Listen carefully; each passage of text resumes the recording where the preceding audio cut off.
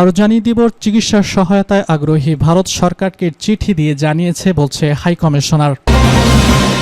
আরও জানিয়ে দিব, প্রধানমন্ত্রী পদে থাকছে না দলীয় প্রধান, একমত অধিকাংশ দল। সর্বশেষে জানিয়ে দিব, মাইলস্টোন শিক্ষার্থীদের সব দাবি মেনে নিয়েছে সরকার। চিকিৎসা সহায়তা আগ্রহী ভারত সরকারকে আনুষ্ঠানিক চিঠি দিয়েছে হাইকমিশন।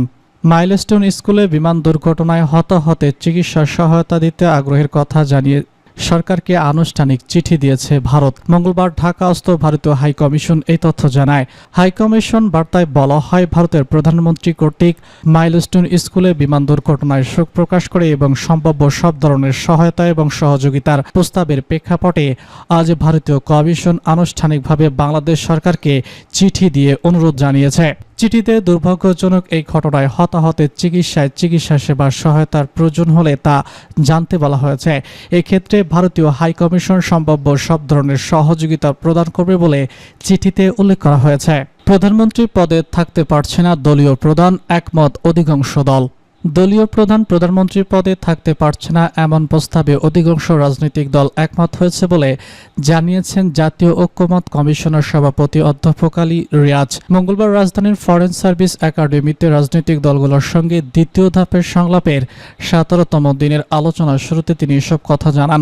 আজকের আলোচ্য কর্মসূচিতে রয়েছে প্রধানমন্ত্রীর একাধিক পদে থাকার অধীনের বিষয়ে সিদ্ধান্ত গ্রহণ, তত্ত্বাবধায়ক সরকার বিষয়ে সর্বশেষ আলোচনার উপর সিদ্ধান্ত গ্রহণ এবং নির্বাচন কমিশন, সরকারি কমিশন, মহাহিসাব নিরীক্ষক এবং নিয়ন্ত্রক, দুর্নীতি কমিশন এবং ন্যায়পরায়ণ নিয়োগের বিধান। আলী রিয়াজ বলেছে, প্রধানমন্ত্রীর পদে দলীয় প্রধান থাকতে পারবে না বলে অধিকাংশ দল একমত হয়েছে।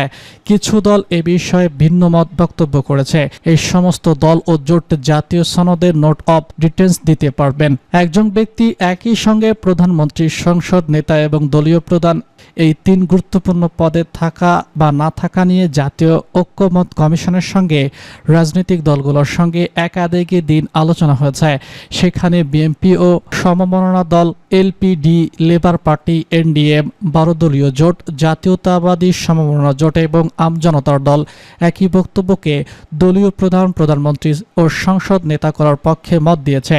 আর জামাত, এনসিপি সহ অধিকাংশ দল দলীয় প্রধানকে প্রধানমন্ত্রী করার বিপক্ষে মত দিয়েছে। আজকের আলোচনায় অংশ নেওয়া রাজনৈতিক দলগুলোর প্রতিনিধিদের উদ্দেশ্যে আলী রিয়াজ বলেছেন, জাতীয় ঐক্যমত্য কমিশনের অনুরোধ যারা নোট অফ ডিস্টেন্স দিতে উৎসাহী, যদি আপনারা প্রয়োজন মনে করেন সিদ্ধান্ত পূর্ণ বিবেচনা করতে পারেন, এটা আমাদের অনুরোধ। কিন্তু অতীতে যেভাবে নোট অফ ডিসেন্টের কথা বলা আছে সেভাবে জাতীয় সনদে তারা নোট অফ ডিটেন্স দিতে পারবে, এটা সিদ্ধান্ত হিসেবে আপনাদের জানাতলাম। মাইলস্টোন শিক্ষার্থীদের সব দাবি মেনে নিয়েছে সরকার। রাজধানীর মাইলস্টোন স্কুল অ্যান্ড কলেজে বিমান দুর্ঘটনায় হতাহতের ঘটনায় বিক্ষোভরত প্রতিষ্ঠানটি শিক্ষার্থীদের 6 দফা দাবি যৌক্তিক বলে মনে করছে অন্তর্বর্তীকালীন সরকার। মঙ্গলবার দুপুরে কলেজের 5 নম্বর ভবনের সামনে এসব দাবি মেনে নেওয়ার আশ্বাস দিয়েছেন সরকারের আইন উপদেষ্টা আসিফ নজরুল। শিক্ষার্থীদের 6 দফা দাবির মধ্যে রয়েছে নিহতদের নাম ঠিকানা প্রকাশ, হতাহতের নির্ভুল তালিকা, শিক্ষকদের সঙ্গে সদাচরণের সঙ্গে নিঃশর্ত ক্ষমা, ক্ষতিপূরণ প্রদান, ঝুঁকিপূর্ণ পেন বাতিল ও প্রশিক্ষণ পদ্ধতির সংস্কার। এদিন উত্তরায় মাইলস্টোন স্কুল অ্যান্ড কলেজ ক্যাম্পাসে উপস্থিত হয়ে আন্দোলনরত শিক্ষার্থীদের প্রতিনিধিদের সঙ্গে কথা বলেন শিক্ষা উপদেষ্টা CR আবরার, আইন উপদেষ্টা আসিফ নজরুল ও প্রধান উপদেষ্টার প্রেস সচিব শফিকুল আলম। আলোচনা শেষে উপদেষ্টা আসিফ নজরুল বলেছে, শিক্ষার্থীদের দাবি অত্যন্ত যৌক্তিক।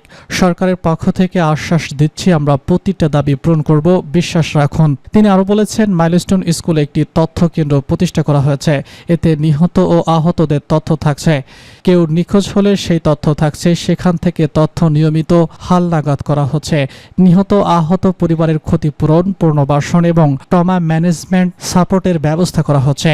জনগণের ভিড় নিয়ন্ত্রণের সময় সেনাবাহিনীর কর্তব্য পালনকালে কয়েকজন সেনা সদস্য কর্তৃক শিক্ষার্থীদের উপর মারধরের অভিযোগের প্রেক্ষাপটে সরকারের পক্ষ থেকে দুঃখ প্রকাশ করা করা হয়েছে এবং উপযুক্ত ব্যবস্থা গ্রহণের জন্য সেনা কর্তৃপক্ষকে অবহিত করা হবে বলে জানানো হয়। জনবহুল এলাকায় প্রশিক্ষণ বিমান চলাচলের ব্যবস্থা গ্রহণ করার জন্য বিমান বাহিনীকে প্রয়োজনীয় নির্দেশনা দেওয়া হবে বলেও আইন উপদেষ্টা শিক্ষার্থীদের জানান। তবে এখনও শিক্ষার্থীরা আন্দোলন চালিয়ে যাচ্ছেন।